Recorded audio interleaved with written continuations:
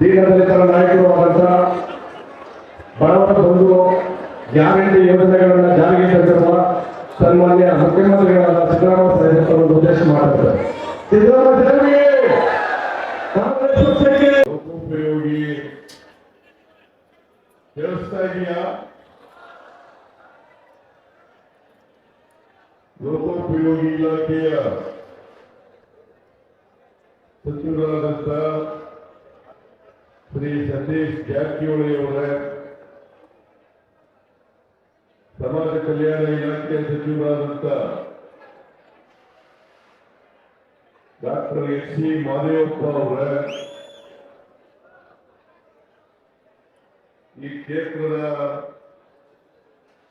ಜನಪ್ರಿಯ ಶಾಸಕರಾದಂಥ ಕೃಷ್ಣಮೂರ್ತಿ ಅವರ,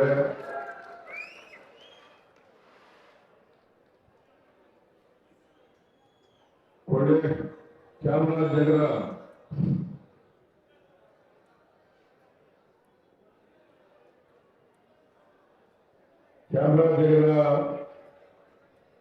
ಮತಕ್ಷೇತ್ರದ ಶಾಸಕರಾದಂಥ ಪುಟ್ಟರಂಗ ಶೆಟ್ಟಿ ಅವರೇ, ಹನೂರು ಶಾಸಕರಾದಂಥ ಮಾಜಿ ಶಾಸಕರು ಆದಂಥ ಶ್ರೀ ನರೇಂದ್ರ ಅವರೇ,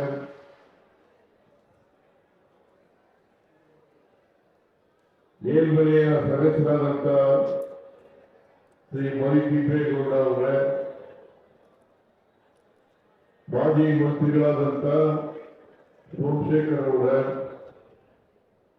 ಮಾಜಿ ಶಾಸಕರಾದಂಥ ನಂಜುಸ್ವಾಮಿ ಅವರೇ,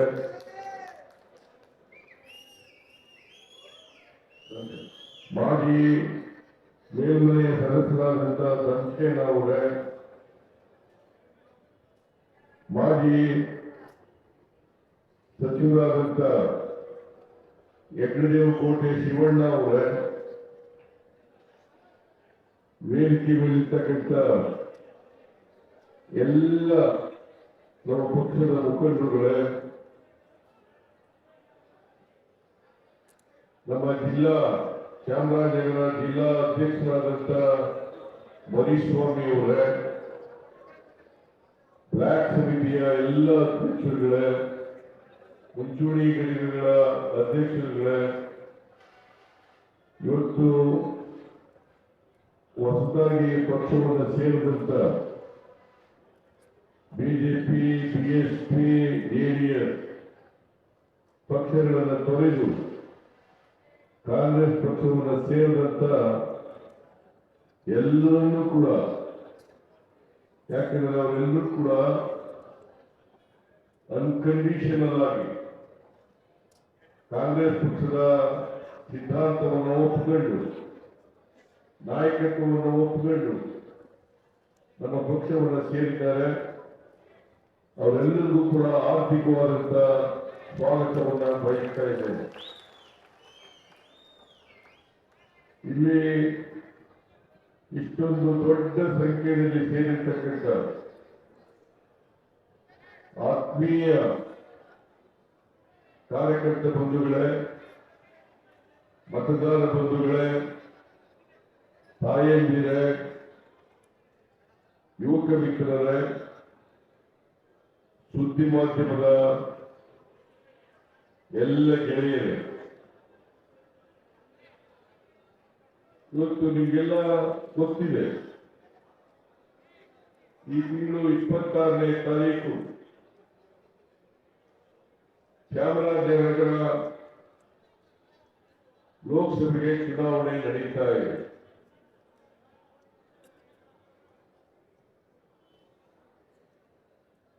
ನಮ್ಮ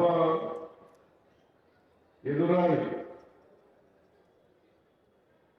ಬಿಜೆಪಿ ಮತ್ತು ಜೆಡಿಎಸ್ ಅವರಿಬ್ಬರು ಕೂಡ ಈ ಚುನಾವಣೆಯಲ್ಲಿ ಹೊಂದಾಣಿಕೆಯನ್ನು ಮಾಡಿಕೊಂಡು ನಮ್ಮ ವಿರುದ್ಧವಾಗಿ ಚುನಾವಣೆ ನಡೆಸ್ತಾ ಇದ್ದಾರೆ. ಕಳೆದ ವಿಧಾನಸಭಾ ಚುನಾವಣೆಯಲ್ಲಿ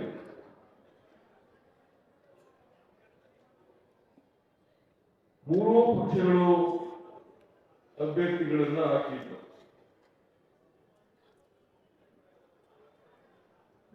ನಾವು ಕಳೆದ ವಿಧಾನಸಭಾ ಚುನಾವಣೆಯಲ್ಲಿ 43% ಮತವನ್ನು ಪಡೆದು 136 ಸ್ಥಾನಗಳನ್ನು ಗೆದ್ದು 136 ಸ್ಥಾನಗಳನ್ನು ಗೆದ್ದು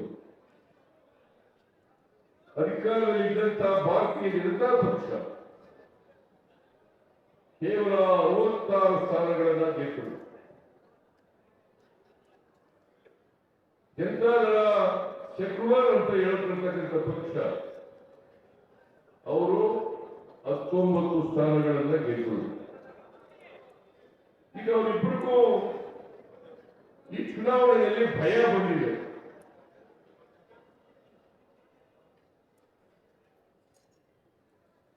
ಅವರು ಯಾವ ಕೆಟ್ಟದಾಗಿ ಸೋಲ್ತೀವಿ ಅಂತೇಳಿ ಇಬ್ರು ಒಟ್ಟುಗೂಡಿ ಕಾಂಗ್ರೆಸ್ ಪಕ್ಷವನ್ನು ಎದುರಿಸತಕ್ಕಂಥ ಪ್ರಯತ್ನವನ್ನು ಮಾಡ್ತಾ ಇದ್ದಾರೆ. ಅವರಿಗೆ ಯಾವುದೇ ಸಿದ್ಧಾಂತ ಇಲ್ಲ, ಯಾವುದೇ ಕಾರ್ಯಕ್ರಮ ಇಲ್ಲ, ಒಂದು ಮಿನಿಮಮ್ ಕಾಮನ್ ಪ್ರೋಗ್ರೆಸ್ ಕೂಡ ಘೋಷಣೆ ಮಾಡ್ಕೊಂಡಿಲ್ಲ.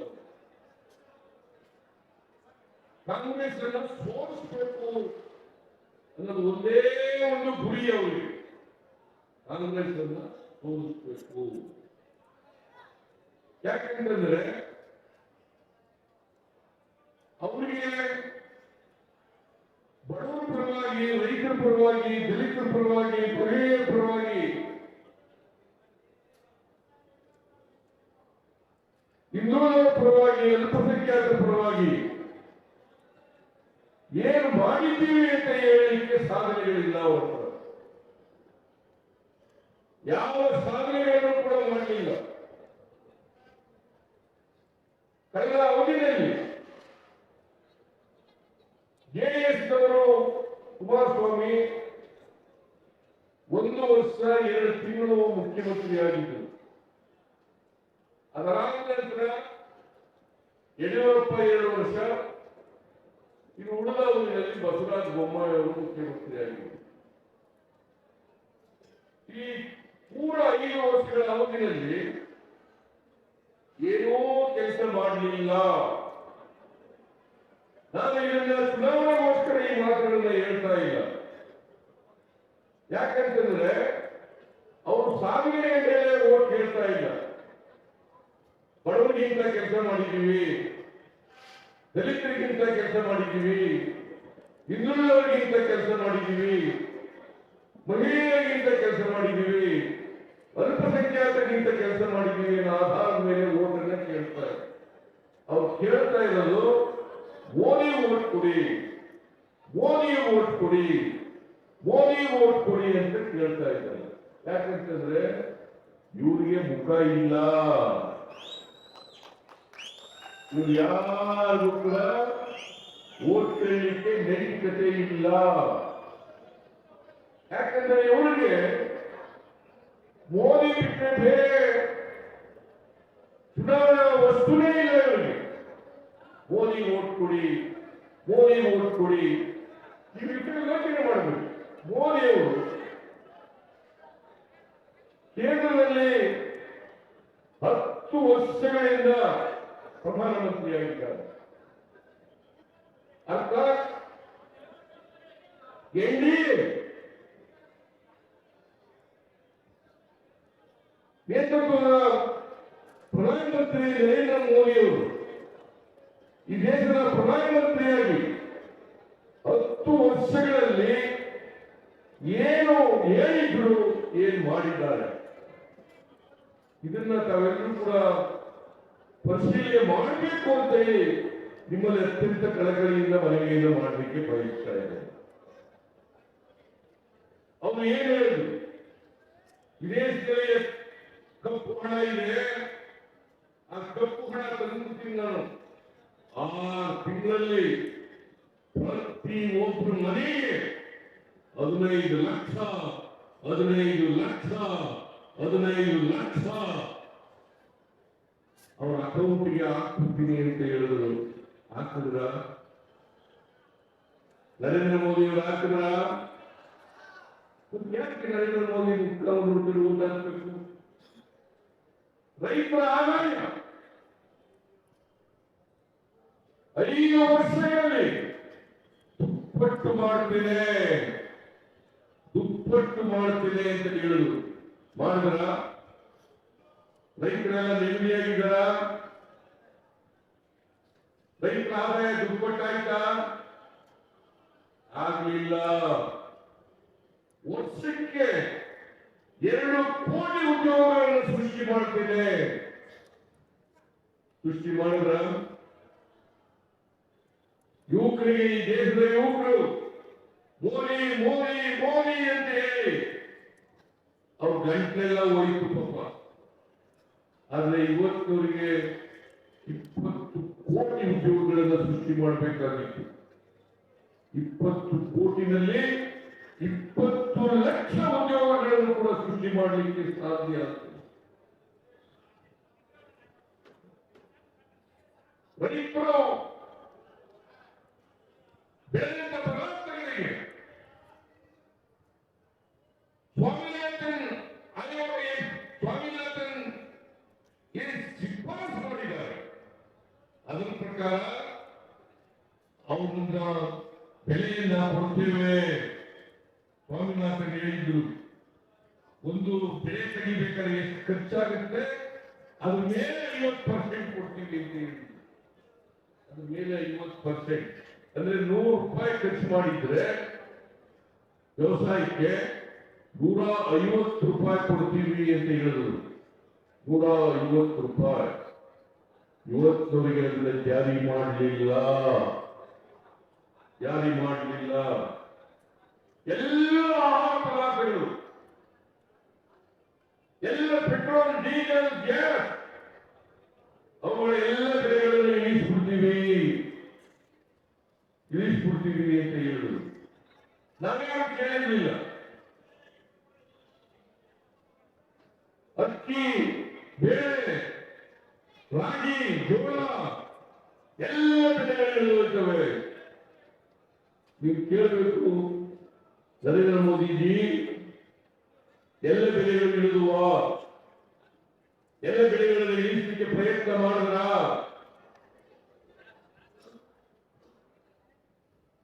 ಮಾಡಲಿಲ್ಲ. ನಿಮಗೆ ಒಂದು ಉದಾಹರಣೆ ಹೇಳಬೇಕು ಅಂತಂದ್ರೆ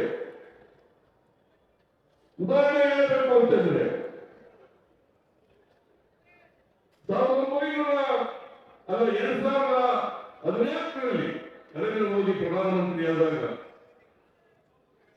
ಡೀಸೆಲ್ ಬೆಲೆ ಒಂದು ಲೀಟರ್ಗೆ 4850 ರೂಪಾಯಿ. ಇವತ್ತು 95 ರೂಪಾಯಿ.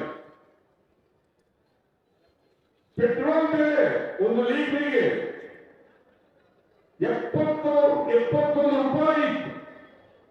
ಇವತ್ತು 105 ರೂಪಾಯಿ.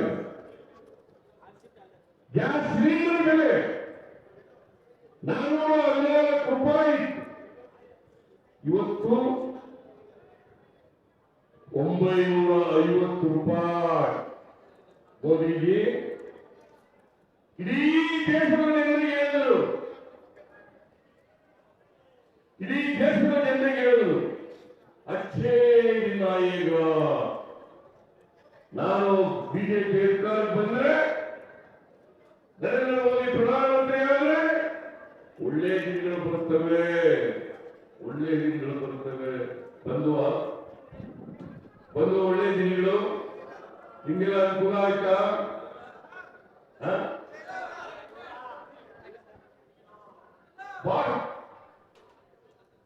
ಎನ್ಡಿಎ ಸರ್ಕಾರ ಮೇಕ್ ಇನ್ ಇಂಡಿಯಾ ಮಾಡ್ತೀವಿ. ಎಲ್ಲ ಪದಾರ್ಥಗಳು ಇಲ್ಲೇ ತಯಾರಾಗಬೇಕು ಅಂತ ಮಾಡ್ತೀವಿ. ವಿದೇಶದಲ್ಲಿ ಯಾವುದನ್ನು ಕೊಂಡ್ಕೊಳ್ಳಲ್ಲ, ಹಾಗೂ ಮಾಡ್ಕೊಳ್ಳಲ್ಲ. ನಾವೇ ತಯಾರು ಮಾಡಿ ರಫ್ತು ಮಾಡ್ತೀವಿ ಅಂತ ಹೇಳಿದ್ರು. ಇವತ್ತವರಿಗೆ ಮೇಕ್ ಇನ್ ಇಂಡಿಯಾ ಆಗಲಿಲ್ಲ. ಇವತ್ತು ಕೂಡ ಅನೇಕ ಪದಾರ್ಥಗಳನ್ನ ವಿದೇಶದಿಂದ ತರಿಸಿರ್ತಕ್ಕಂಥ ಪರಿಸ್ಥಿತಿ ಇದೆ.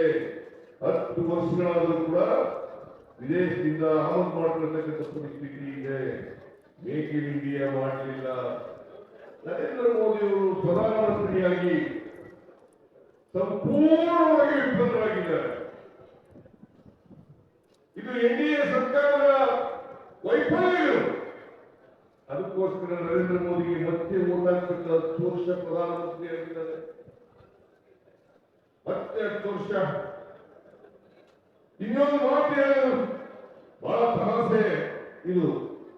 ಸಬ್ಕ ಸಾಥ್ ಸಬ್ಕ ವಿಕಾಸ್ ಸಬ್ಕ ವಿಶ್ವಾಸ್. ಎಲ್ಲರನ್ನೂ ಒಟ್ಟಿಗೆ ತಗೊಂಡು ಹೋಗ್ತೀವಿ, ಎಲ್ಲರ ಅಭಿವೃದ್ಧಿ ಮಾಡ್ತೀವಿ. ಈ ದೇಶದಲ್ಲಿರ್ತಕ್ಕಂಥ 143 ಕೋಟಿ ಜನರ ಅಭಿವೃದ್ಧಿ ಮಾಡ್ಬಿಡ್ತೀವಿ ಅಂತ ಹೇಳಿದ್ರು. ಇವತ್ತವರಿಗೆ ಮಾಡಲಿಲ್ಲ. ಹಾಗಾದ್ರೆ ಯಾವ ಅಭಿವೃದ್ಧಿ ಮಾಡಿದ್ರು?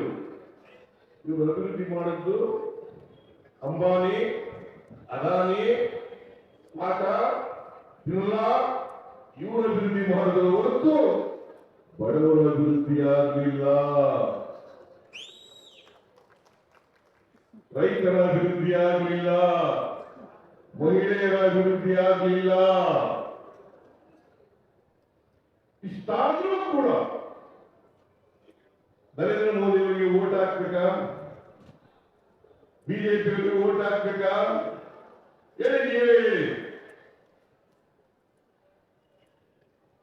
ನಾನು ಮತ್ತು ಡಿ.ಕೆ. ಶಿವಕುಮಾರ್ ನಮ್ಮ ಪಕ್ಷದ ಅಧ್ಯಕ್ಷರಾದ ಮಲ್ಲಿಕಾರ್ಜುನ ಖರ್ಗೆಯವರು,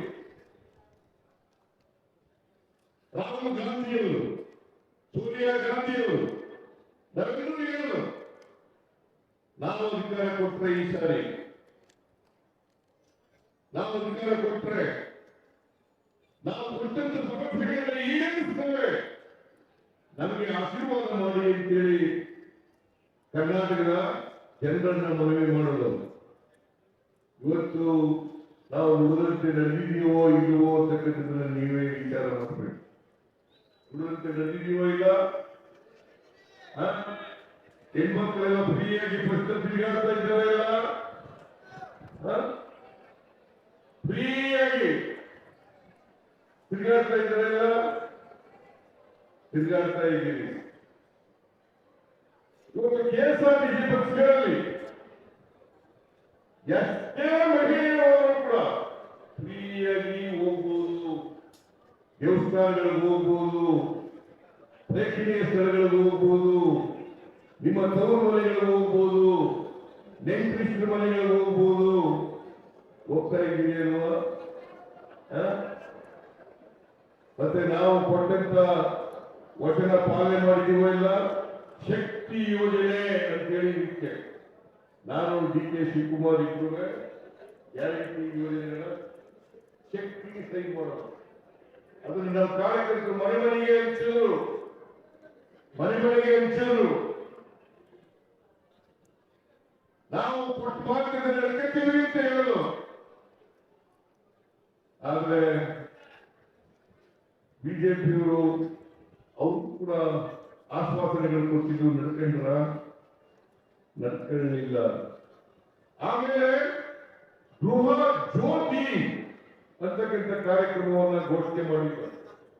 ಗೃಹ ಜ್ಯೋತಿ ಈ ಜಿಲ್ಲೆಯಲ್ಲಿ, ಚಾಮರಾಜನಗರ ಜಿಲ್ಲೆಯಲ್ಲಿ 98% ಕುಟುಂಬಗಳಿಗೆ ಫ್ರೀ ಕರೆಂಟ್ ಸಿಕ್ಕಿದೆ. ಇಲ್ಲ ಫ್ರೀ ಕರೆಂಟ್ ನಿಮಗೆ ಸಿಕ್ಕಿದೆ? ಇಲ್ಲ ಫ್ರೀ ಕರೆಂಟ್ ನಿಮಗೆ ಸಿಕ್ಕಿದೆ? ಇಲ್ಲ ಫ್ರೀ ಕರೆಂಟ್ ನಿಮಗೆ ಹೇಳಿ ನೋಡೋಣ. ನಾವು ಫ್ರೀ ಕರೆಂಟ್ ಕೊಟ್ಟ ಎಲ್ಲ ಜನರಿಗೆ. ಆಮೇಲೆ ಗೃಹ ಲಕ್ಷ್ಮಿ ಅಂತಕ್ಕಂಥ ಕಾರ್ಯಕ್ರಮ ಘೋಷಣೆ ಮಾಡಿದ್ರು. ಮನೆ ಯಜಮಾನಿಗೆ 2,000 ರೂಪಾಯಿ ತಿಂಗಳು ಕೊಡ್ತೀವಿ ಅಂತ ಹೇಳಿದ್ರು. ಕೊಡ್ತಾ ಇದೀವೋ ಇಲ್ಲ? ಕೊಡ್ತಾ ಇದೀವಿ. 2,000 ರೂಪಾಯಿ. ಅನ್ನಭಾಗ್ಯ ಕಾರ್ಯಕ್ರಮ ನಾನು ಹಿಂದೆ ಮುಖ್ಯಮಂತ್ರಿ ಆಗಿರುವಾಗ ಬಡವರು 3 ಊಟ ಮಾಡಲಿ ಅಂತ ಹೇಳಿ 7 ಕೆಜಿ ಅಕ್ಕಿಯನ್ನ ಫ್ರೀಯಾಗಿ ಕೊಡ್ತಾ ಇದ್ದೆ. 7 ಕೆಜಿ ಅಕ್ಕಿಯನ್ನ ಫ್ರೀಯಾಗಿ ಕೊಡ್ತಿದ್ದೆ. ಈ ಯಡಿಯೂರಪ್ಪ, ಬಸವರಾಜ ಬೊಮ್ಮಾಯಿ 7 ಕೆಜಿಯಿಂದ 5 ಕೆಜಿ ಇಳಿಸ್ಬಿಟ್ರು. ನಾನು ಚುನಾವಣೆ ಬಂದಂತ ಸಂದರ್ಭದಲ್ಲಿ ಹೇಳಿದೆ 5 ಕೆಜಿಗೆ ಬದಲಾಗಿ 10 ಕೆಜಿ ಕೊಡ್ತೀವಿ, 10 ಕೆಜಿ ಕೊಡ್ತೀವಿ, 10 ಕೆಜಿ ನಾವು ಕೊಡಬೇಕು ಅಂತ ದುಡ್ಡು ಕೊಡ್ತೀವಿ, ಕೊಡ್ರಿ ಅಕ್ಕಿನ ಅಂತ ಕೇಳಿದಾಗ ಕೇಂದ್ರ ಸರ್ಕಾರ, ಮೋದಿಯವರ ಸರ್ಕಾರ ಅಕ್ಕಿ ಕೊಡ್ಲಿಕ್ಕೆ ಒಪ್ಪಲಿಲ್ಲ, ಮೋಸ ಮಾಡಿಬಿಟ್ರು. ಯಾಕಂದ್ರೆ ನಾವು ಅಕ್ಕಿ ಬಡವರಿಗೆ ಕೊಡ್ತಾ ಇದ್ದೀವಿ. ಈ ಬಡವರಿಗೆ ಅಕ್ಕಿ ಕೊಟ್ಟರೆ ಬಡವರು ಕಾಂಗ್ರೆಸ್ ಪರ ಆಗ್ಬಿಡ್ತಾರೆ ಅಂತ ಹೇಳಿ ಅಕ್ಕಿ ಕೊಡ್ಲಿಲ್ಲ, ಅಕ್ಕಿ ದಾಸ್ತಾನಿಗೆ ಕೊಡ್ಲಿಲ್ಲ. ನಾವು ಅದಕ್ಕೆ ಪ್ರತಿ ಒಬ್ಬರಿಗೆ 5 ಕೆಜಿ ಅಕ್ಕಿಗೆ ಎಷ್ಟು ದುಡ್ಡು ಆಗ್ತದೆ? 34 ರೂಪಾಯಿನಂತೆ 170 ರೂಪಾಯಿ ಪ್ರತಿಯೊಬ್ಬರಿಗೆ ಕೊಡ್ತಕ್ಕಂಥ ಕೆಲಸವನ್ನ ಮಾಡ್ತಾ ಇದೆ. 170 ರೂಪಾಯಿ ಬರ್ತಾ ಇದೆ, ಈಗ 170 ರೂಪಾಯಿ ಬರ್ತಾ ಇದೆ.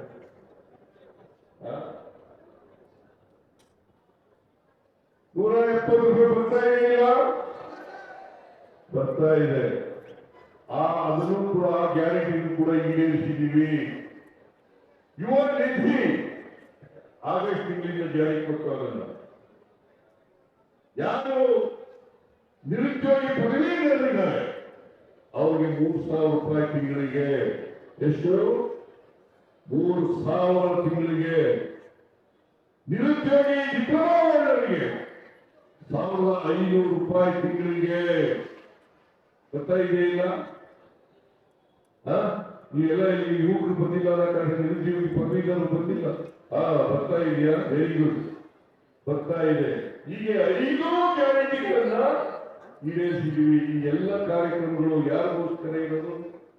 ಮಹಿಳೆಯರಿಗೆ, ಬಡವರಿಗೆ, ದಲಿತರಿಗೆ, ಹಿಂದುಳಿದವರಿಗೆ, ಅಲ್ಪಸಂಖ್ಯಾತರಿಗೆ, ಇದು ಒಟ್ಟಿನಲ್ಲಿ ಬಿಜೆಪಿಯವರಿಗೆ ಇವ್ರಿಗೆಲ್ಲ ಕೊಡ್ತಾ ಇದ್ದಾರಲ್ಲ, ಬಡವರು ಕೊಡ್ತಾ ಇದ್ದಾರಲ್ಲ ನನ್ನ ಹೊಟ್ಟೆ ಹುಡಿ ಅದಕ್ಕೋಸ್ಕರ ಸಿದ್ದರಾಮಯ್ಯ ಮೇಲೆ ಇಲ್ಲ ಸದನ ಆರೋಪಗಳನ್ನ ಮಾಡಲು. ಸಿದ್ದರಾಮಯ್ಯ ಹಿಂದೂ ವಿರೋಧಿ, ನನ್ನ ಹೆಸರಿನಲ್ಲಿ ಆರ್ಟಿಕಲ್ ಸಿದ್ದರಾಮಯ್ಯ ಹಿಂದೂಗಳ ಓಟೇ ಬೇಡ ಅಂತ ಹೇಳಿದ್ರು ಅಂತ ಹೇಳಿದ್ರು. ಹಿಂದೂಗಳ ಓಟೇ ಬೇಡ ಅಂತ ಹೇಳಿದ್ರು. ನಾನು ಅವ್ರು ಯಾರಂತ ಪತ್ತೇಶ್ವರಪ್ಪ ಅವ್ರ ಮೇಲೆ ಕೇಸ್ ಹಾಕಿ ಅಂತ ಹೇಳಿದ್ದೀನಿ. ಬೇಕು ಅಂತ ಅವರೇ ಮಾಡಿರೋದು. ಎಂಥ ಸುಳ್ಳುಗಾರರು ಇವರು, ಎಂಥ ಮೋಸಗಾರರು ಇವರು. ಇವ್ರು ಓಟ್ ಹಾಕ್ತೀರಾ? ಇವ್ರು ಯಾರು ಕೂಡ ಒಂದು ಓಟ್ ಹಾಕಬಾರದು. ಹೀಗೆ ಅಂತ ಹೇಳಿದ್ರೆ ಗ್ಯಾರಂಟಿಗಳು ಲೋಕಸಭಾ ಚುನಾವಣೆ ಆದ ನಂತರ ನಿಲ್ಲಿಸ್ಬಿಡ್ತಾರೆ. ಲೋಕಸಭಾ ಚುನಾವಣೆ ಆದ ನಂತರ ನಿಲ್ಲಿಸ್ತಾರೆ. ಇವತ್ತು ನಾನು ನಿಮ್ಮೆಲ್ಲರಿಗೂ ಕೂಡ ಭರವಸೆ ಕೊಡ್ತೀನಿ, ಯಾವ ಕಾರಣಕ್ಕೂ ನಿಲ್ಲಿಸಲ್ಲ. ಎಷ್ಟೇ ದುಡ್ಡು ಖರ್ಚಾಗಲಿ, ಎಷ್ಟೇ ದುಡ್ಡು ಖರ್ಚಾಗಲಿ, ಶಕ್ತಿ ಯೋಜನೆ, ಗೃಹ ಜ್ಯೋತಿ, ಗೃಹಲಕ್ಷ್ಮಿ, ಅನ್ನಭಾಗ್ಯ, ಯುವ ನಿಧಿ ಇವುಗಳನ್ನೆಲ್ಲರೂ ಕೂಡ ಮುಂದುವರಿಸ್ತೇವೆ. ನಾವು ಯಾವತ್ತು ಕೊಟ್ಟ ಮಾತಿಗೆ ತಪ್ಪಿಸ್ಕೊಳ್ಳೋರಲ್ಲ. ಯಾವಾಗಲೂ ತಪ್ಪಿಸ್ಕೊಂಡಿದೀವ? ಹಿಂದೆ ನಾವು ಮುಖ್ಯಮಂತ್ರಿ ಆಗಿರುವಾಗ ಅನ್ನಭಾಗ್ಯ, ಕ್ಷೀರಭಾಗ್ಯ, ಕ್ಷೀರಧಾರೆ, ಕೃಷಿ ಭಾಗ್ಯ, ಇಂದಿರಾ ಕ್ಯಾಂಟೀನ್, ಸಾಲ ಮನ್ನಾ, ವಿದ್ಯಾಸಿರಿ, ಮೈತ್ರಿ, ಮನಸ್ವಿನಿ, ಶಾಲಿ ಭಾಗ್ಯ, ಸುಭಾಗ್ಯ ಇವೆಲ್ಲ ಈಡೇರಿಸ್ತೀವಾ? ಭಾಗ್ಯರಾಮಯ್ಯ ಎಲ್ಲ ಈಡೇರಿಸ್ತೀವಲ್ಲ? ಯಾವಾಗ ಮಾತು ಕಲ್ತ್ಕೊಂಡಿದ್ದೀವಿ ನಾವು? ಆದ್ರೆ ಬಿಜೆಪಿಯವರು ಮಾತಿಗೆ ಕಲ್ತ್ಕೊಂಡಿರ್ತಕ್ಕಂಥವ್ರು. ನರೇಂದ್ರ ಮೋದಿ ಮಾತು ಕಲ್ತ್ಕೊಂಡಿರ್ತಕ್ಕಂಥವರು. ಎಲ್ಲಿ ಬಿಜೆಪಿಗೂ ಕಾಂಗ್ರೆಸ್ಗೂ ಇರ್ತಕ್ಕಂಥ ವ್ಯತ್ಯಾಸ, ನಾವು ನುಡಿದಂತೆ ನಡೆದಿದ್ದೇವೆ, ಅವರು ನುಡಿದಂತೆ ನಡೆಯಲಿಲ್ಲ. ಜನರಿಗೆ ಸುಳ್ಳು ಹೇಳಿದ್ದಾರೆ. ಅದಕ್ಕೆ ನಾನು ಅನೇಕ ಸಾರಿ ಹೇಳಿದ್ದೀನಿ, ಈ ಬಿಜೆಪಿಯವರಿಗೆ ಮನೆ ದೇವರು ಯಾರು ಗೊತ್ತಾ? ಸುಳ್ಳು. ಸುಳ್ಳೇ ಅವ್ರ ಮನೆ ದೇವರು, ಸುಳ್ಳೇ ಅವ್ರ ಮನೆ ದೇವರು. ಅದರಿಂದ ಅವ್ರಿಗೆ ಸತ್ಯ ಹೇಳೋ ಗೊತ್ತಿಲ್ಲ. ಎಲ್ಲಕ್ಕಿಂತ ಮುಖ್ಯವಾಗಿ ಬಡವರು ಕಂಡ್ರೆ ಆಗಲ್ಲ, ಮಹಿಳೆಯರ ಕಂಡ್ರೆ ಆಗಲ್ಲ. ಇವತ್ತು ಬಡವರಿಗೆ, ಮಹಿಳೆಯರಿಗೆ, ದಲಿತರಿಗೆ, ಹಿಂದುಳಿದವರಿಗೆ, ರೈತರಿಗೆ ಏನಾದರೂ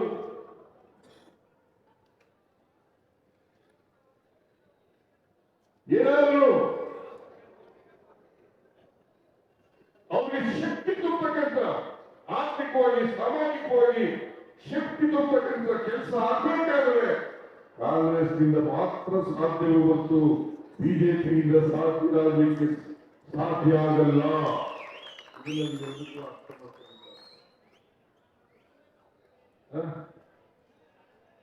ಈಗ ನಾವು ಸರ್ಕಾರದಲ್ಲಿದ್ದಾಗ, ಹಿಂದೆ ಸರ್ಕಾರದಲ್ಲಿದ್ದಾಗ ಪರಿಶಿಷ್ಟ ಜಾತಿ ಪರಿಶಿಷ್ಟ ವರ್ಗದವರಿಗೆ ಈ ಜಿಲ್ಲೆಯಲ್ಲಿ ಜಾಸ್ತಿ ಪರಿಶಿಷ್ಟ ಜಾತಿ ಪರಿಶಿಷ್ಟ ವರ್ಗದವರಿದ್ದಾರೆ. SCP TSP ಮಾಡಿದವರು ಯಾರು? ಸಿದ್ದರಾಮಯ್ಯ. ಸಿದ್ದರಾಮಯ್ಯ ನಿಮ್ಮ ಜನಸಂಖ್ಯೆಗೆ ಅನುಗುಣವಾಗಿ ಅಭಿವೃದ್ಧಿ ಕೆಲಸಕ್ಕೆ ಖರ್ಚು ಮಾಡಬೇಕು ಅಂತ ಹಣ ಮೀಸಲಿಟ್ಟವರು ಮೊದಲನೇ ಬಾರಿಗೆ ಕಾನೂನನ್ನ ಜಾರಿಗೆ ತಗೊಂಡು ಮಾಡಿದವರು ಸಿದ್ದರಾಮಯ್ಯ ಸರ್ಕಾರ. ಸಿದ್ದರಾಮಯ್ಯ ಸರ್ಕಾರ ನಿಮಗೆ ಕಾಂಟ್ರಾಕ್ಟ್ಗಳಲ್ಲಿ ಮೀಸಲಾತಿ ಸಿಗಬೇಕು ಒಂದು ಲಕ್ಷದವರೆಗೆ ಅಂತೇಳಿ ಕಾನೂನು ಮಾಡಿದವರು ಇಡೀ ದೇಶದಲ್ಲಿ ಸಿದ್ದರಾಮಯ್ಯ ಸರ್ಕಾರ, ಕರ್ನಾಟಕ ಸರ್ಕಾರ. ಅದನ್ನು ಮಾಡಿದ್ದು ಯಾರು? ನಾವು ಮಾಡಿದ್ದು. ಪ್ರಮೋಷನ್ನಲ್ಲಿ, ಬಡ್ತಿನಲ್ಲಿ ಮೀಸಲಾತಿ ಕಾಯ್ದೆಯಿಂದ ಜಾರಿಗೆ ತಗೊಂಡವರು ಸಿದ್ದರಾಮಯ್ಯ ಸರ್ಕಾರ. ಈ ದೇಶದಲ್ಲಿ ಯಾರು ಮಾಡಿಲ್ಲ, ನಾವು ಮಾಡಿದ್ದೀವಿ. ಇವತ್ತು ಇಷ್ಟೆಲ್ಲ ಆದರೂ ಕೂಡ ನಮ್ಮ ಸಂವಿಧಾನ, ಪ್ರಜಾಪ್ರಭುತ್ವ ನರೇಂದ್ರ ಮೋದಿಯವರ ಕೈಯಲ್ಲಿ ಸುರಕ್ಷಿತವಾಗಿಲ್ಲ. ಸಂವಿಧಾನ ಆಗಲಿ, ಬಾಬಾ ಸಾಹೇಬ್ ಅಂಬೇಡ್ಕರ್ ಅವರು ಕೊಟ್ಟಂತ ಸಂವಿಧಾನ, ಬಾಬಾ ಸಾಹೇಬ್ ಅಂಬೇಡ್ಕರ್ ಅವರು ಕೊಟ್ಟಿರ್ತಕ್ಕಂಥ ಸಂವಿಧಾನ, ಅದನ್ನೇ ಬಲವಾದ ಮಾಡಿಕೊಟ್ಟಿರ್ತಕ್ಕಂಥವರು ನರೇಂದ್ರ ಮೋದಿಯವರ ಸರ್ಕಾರ. ಆಗ್ಬೇಕಾ? ಇವತ್ತು ನಾವೆಲ್ಲ ಉಳಿಬೇಕಾದ್ರೆ, ಹಿಂದುಳಿದವರು ಉಳಿಬೇಕಾದ್ರೆ, ದಲಿತರು ಉಳಿಬೇಕಾದ್ರೆ, ಅಲ್ಪಸಂಖ್ಯಾತರು ಉಳಿಬೇಕಾದ್ರೆ, ಮಹಿಳೆಯರು ಉಳಿಬೇಕಾದ್ರೆ, ಬಡವರು ಉಳಿಬೇಕಾದ್ರೆ ಸಂವಿಧಾನ ಉಳಿಲೇಬೇಕು. ಸಂವಿಧಾನ ಉಳಿಲೇಬೇಕು. ಈ ಸಂವಿಧಾನ ಉಳಿಬೇಕು ಅಂದ್ರೆ ಕಾಂಗ್ರೆಸ್ಗೆ ತಾವೆಲ್ಲರೂ ಕೂಡ ವೋಟ್ ಹಾಕಬೇಕು.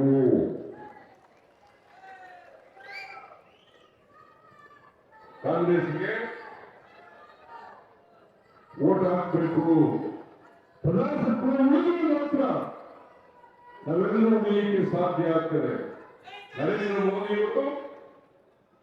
ಮೋದಿಯವರು ಸರ್ವಾಧಿಕಾರಿಯಂತೆ ವರ್ತಿಸ್ತಾ ಇದ್ದಾರೆ. ಪ್ರಜಾಪ್ರಭುತ್ವದ ವಿರೋಧಿ ನರೇಂದ್ರ ಮೋದಿಯವರು. ಯಾಕೆಂದ್ರೆ ಅವರು ಇದ್ದರನ್ನ ಸಿದ್ಧಾಂತದಲ್ಲಿ ನಂಬಿಕೆ ಇಟ್ಟಿರ್ತಕ್ಕಂಥವರು ನರೇಂದ್ರ ಮೋದಿ.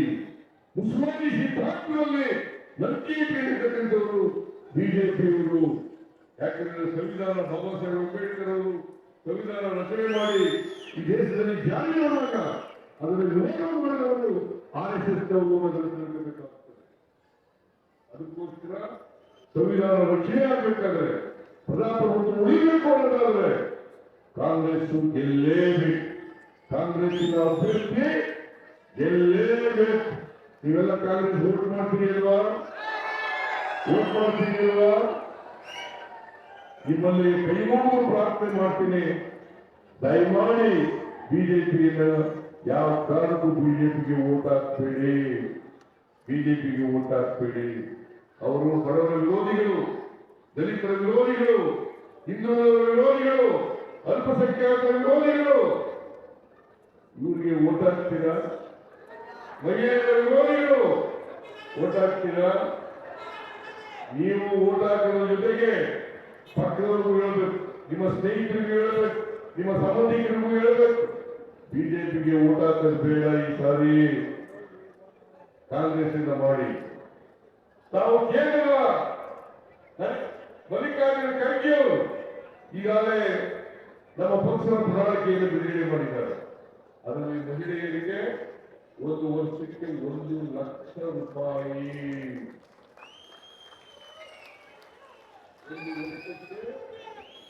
1,00,000 ರೂಪಾಯಿ.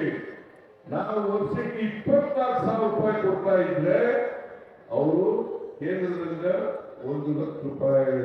1,00,000 ರೂಪಾಯಿ ಬೇಕಾ ಬೇಡ? ಬೇಕಾ ಬೇಡ? ನಾವು ಸುಮ್ಮನೆ ತಮಾಷೆಗೋಸ್ಕರ ಎಲೆಕ್ಷನ್ಗೋಸ್ಕರ ಹೇಳೋದಲ್ಲ, ಏನ್ ಹೇಳ್ತೀವಿ ಅದನ್ನು ಮಾಡ್ತೀವಿ. ನಾವು ಬಸವಾದಿ ಶರಣರಲ್ಲಿ ನಂಬಿಕೆ ಇಟ್ಕೊಂಡಿರ್ತಕ್ಕಂಥವ್ರು, ಬಸವಾದಿ ಶರಣರು ದುಡಿದಂತೆ ನಡೆದಂತವರು. ಅದಕ್ಕೋಸ್ಕರನೇ ಬಸವಣ್ಣನವರನ್ನ ಸಾಂಸ್ಕೃತಿಕ ನಾಯಕ ಅಂತ ಡಿಕ್ಲೇರ್ ಮಾಡಿ ಎಲ್ಲ ಕಚೇರಿಗಳಲ್ಲಿ, ಎಲ್ಲ ಸರ್ಕಾರಿ ಕಚೇರಿಗಳಲ್ಲಿ, ಎಲ್ಲ ವಿದ್ಯಾಸಂಸ್ಥೆಗಳಲ್ಲಿ ಬಸವಣ್ಣನವರ ಫೋಟೋ ಇರಬೇಕು ಅಂತ ಮಾಡಿದವರು ನಾವು. ಬಿಜೆಪಿಯವರು ಮಾಡಲಿಲ್ಲ, ಯಡಿಯೂರಪ್ಪ ಮಾಡಲಿಲ್ಲ, ಬಸವರಾಜ ಬೊಮ್ಮಾಯಿ ಮಾಡಲಿಲ್ಲ, ನಾವು ಮಾಡಿದ್ದೀವಿ. ಯಾಕಂತಂದ್ರೆ ನಾವು ಕೊಟ್ಟ ಮಾತುಕತೆ ನಡ್ಕೊಂಡಿದ್ದೀವಿ. ಆಮೇಲೆ ರೈತರಿಗೆ ಜನರಿಗೆ ಇವತ್ತು ಸ್ವಾಮಿನಾಥನ್ ವರದಿಯನ್ನು ಜಾರಿ ಮಾಡ್ತೀವಿ ಅಂತ ಹೇಳಿದ್ದೀವಿ, ಸ್ವಾಮಿನಾಥನ್ ವರದಿಯನ್ನು ಜಾರಿ ಕೊಡ್ತೀವಿ ಅಂತ ಹೇಳಿದ್ದೀವಿ. ಆಮೇಲೆ ಯುವಕರಿಗೆ ವರ್ಷಕ್ಕೆ 1,00,000 ರೂಪಾಯಿ, ಒಂದು ವರ್ಷಕ್ಕೆ 1,00,000 ರೂಪಾಯಿ ಸ್ಟೈಪಂಡ್ ಅನ್ನು ಕೊಡ್ತಕ್ಕಂಥ ಕೆಲಸವನ್ನು ಮಾಡ್ತೀವಿ. ಇದು ಯುವ ನ್ಯಾಯ ಅಂತ ಕರೀತಾರೆ. ಅದಕ್ಕೆ ಮ್ಯಾನಿಫೆಸ್ಟೋ ಅನ್ನೋದ್ರ ಬದಲು ನ್ಯಾಯ ಪತ್ರ ಅಂತಕ್ಕಂಥದ್ದನ್ನು ಕಾಂಗ್ರೆಸ್ ಪಕ್ಷ ಬಿಡುಗಡೆ ಮಾಡಿದೆ. ಕಾರ್ಮಿಕರಿಗೆ, ದಲಿತರಿಗೆ, ಹಿಂದುಳಿದವರಿಗೆ, ಮಹಿಳೆಯರಿಗೆ, ಅಲ್ಪಸಂಖ್ಯಾತರಿಗೆ ಇವೆಲ್ಲವೂ ಕೂಡ ಇವತ್ತು ಅನೇಕ ಕಾರ್ಯಕ್ರಮಗಳನ್ನ ನ್ಯಾಯಪತ್ರದಲ್ಲಿ ಘೋಷಣೆಯನ್ನು ಮಾಡಿದ್ದೇವೆ. ಅದರಿಂದ ಕಾಂಗ್ರೆಸ್ ಪಕ್ಷದ ಮೇಲೆ ವಿಶ್ವಾಸ ಇದೆ. ಕಾಂಗ್ರೆಸ್ ಪಕ್ಷ ನುಡಿದಂತೆ ನಡೀತದೆ, ಕೊಟ್ಟ ಮಾತಂತೆ ನಡ್ಕೊಳ್ತೀವಿ, ಈಗಾಗಲೇ ನಡ್ಕೊಂಡಿದ್ದೀವಿ, ಮುಂದೆಯೂ ಕೂಡ ನಡ್ಕೊಳ್ತೀವಿ ಅಂತಕ್ಕಂಥ ಮಾತುಗಳನ್ನ ನಿಮಗೆಲ್ಲ ಹೇಳಿ ನೀವೆಲ್ಲ ಬಹಳ ದೊಡ್ಡ ಸಂಖ್ಯೆಯಲ್ಲಿ ಬಂದಿದ್ದೀರಿ. ಅದಕ್ಕಾಗಿ ನೀವೆಲ್ಲರೂ ಕೂಡ ಧನ್ಯವಾದಗಳನ್ನು ಹೇಳ್ತಾ ಮತ್ತೊಮ್ಮೆ ನಿಮ್ಮಲ್ಲಿ ಪ್ರಾರ್ಥನೆ ಮಾಡ್ತೇನೆ, ಕಾಂಗ್ರೆಸ್ನ ಅಭ್ಯರ್ಥಿಗೆ ತಾವೆಲ್ಲ ಆಶೀರ್ವಾದವನ್ನು ಮಾಡಬೇಕು ಅಂತ ಕೇಳ್ಕೊಂಡು ನನ್ನ ಮಾತನ್ನು ಮುಗಿಸ್ತೇನೆ. ಜೈ ಹಿಂದ್, ಜೈ ಕರ್ನಾಟಕ, ಜೈ ಕಾಂಗ್ರೆಸ್.